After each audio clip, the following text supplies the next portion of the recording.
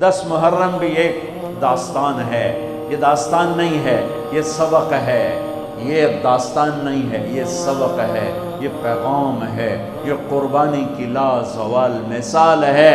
لوگ شہید ہو کے عزت پاتے ہیں، اور میں کہتا ہوں حسین نے شہادت کو عزت عطا کر دی۔ لوگ شہید ہو کر عزت کا تاج سر پہ سجاتے ہیں، لیکن حسین نے شہید ہو کر شہادت کے سر پہ عزت کا تاج سجا دیا۔ لوگ قربان ہو کر بڑے بنتے ہیں، اور حسین نے قربان ہو کر قربانی کو بڑا بنا دیا۔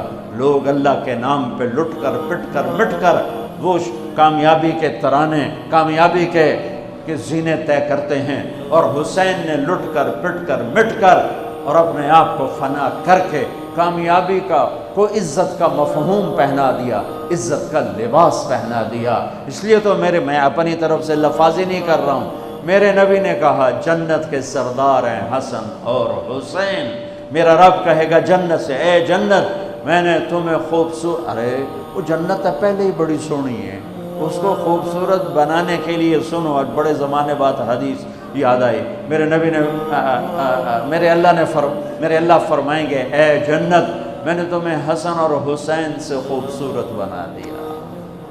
شہادت کو حسین نے خوبصورت بنایا، قربانی کو آل رسول نے خوبصورت بنایا، کامیابی کو آل رسول نے مفہوم پہنایا، اللہ کے نام پر مر مٹنے کے لازوال معنی سمجھائے، اللہ کو پا لینے کے لیے کیا کہاں تک جایا جا سکتا ہے کر کے دکھایا، اللہ کو پا کر سب کچھ کھو کر کیا کیا جا سکتا ہے، کربلا وہ پیغام ہے۔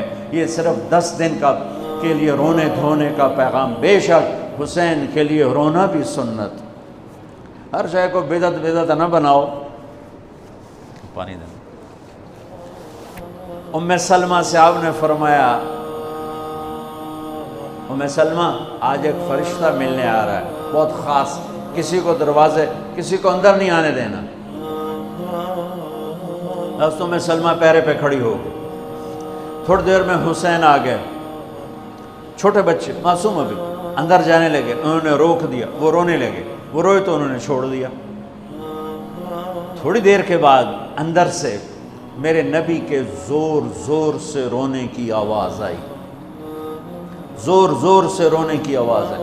ام سلمہ رہ نہ سکی، بھاگ کے اندر گئیں، تو آپ نے کیا دیکھا؟ آپ نے حسین کو یوں سینے سے چمٹایا ہوا اور ایسے ہل ہل کے رو رہے تھے، ایسے بلک بلک سسک سسک کے رو رہے تھے، اور آپ کے آنسو آپ کے رخسار اور داڑھی پر اتر کر رہے تھے، اور آپ نے یوں بھینچا ہوا، ایسے دبایا ہوا تھا۔ تو حضرت ام سلمہ نے کہا میرے ماں باپ قربان یا رسول اللہ، کیا ہوا؟ آپ ایسے تڑپ کے کیوں رو رہے ہیں؟ تو آپ نے روتی آواز میں کہا، بہتے آنسوؤں کے ساتھ، کپ کپاتے بدن کے ساتھ، کہ ام سلمہ یہ فرشتہ جو مجھے ملنے آیا تھا یہ میرے بچے کو دیکھ کر کہہ رہا ہے کہ آپ کی امت اس بچے کو قتل کر دے گی، اور جہاں اس کا خون گرے گا وہ مٹی مجھے دکھائی ہے اس نے، کہ میں اس لیے اس پہ رو رہا ہوں۔ ابھی تو وہ شہید نہیں ہوئے اور رویا جا رہا ہے، تو ہم تو ان کی شہادت پہ روتے ہیں بھائی، ہم تو ان کی شہادت پہ روتے ہیں، اور یہ قیامت تک روتے رہے گی دنیا، قیامت۔ یہ اللہ کا نظام ہے، اس نے کربلا کے واقعے کو یوں کر دیا جیسے ہر سال آج ہی ہوا ہے، آج ہی حسین شہید ہو رہے ہیں، آج ہی عبداللہ کا سر کٹ رہا ہے، آج ہی زینب کی چادر کو پھاڑا جا رہا ہے، آج ہی لاشوں کو گھسیٹا جا رہا ہے۔ وہ میں حیران ہوتا ہوں، ٹیپو سلطان سرنگا پٹم میں شہید ہوئے، دشمن کون انگریز کون کافر، تو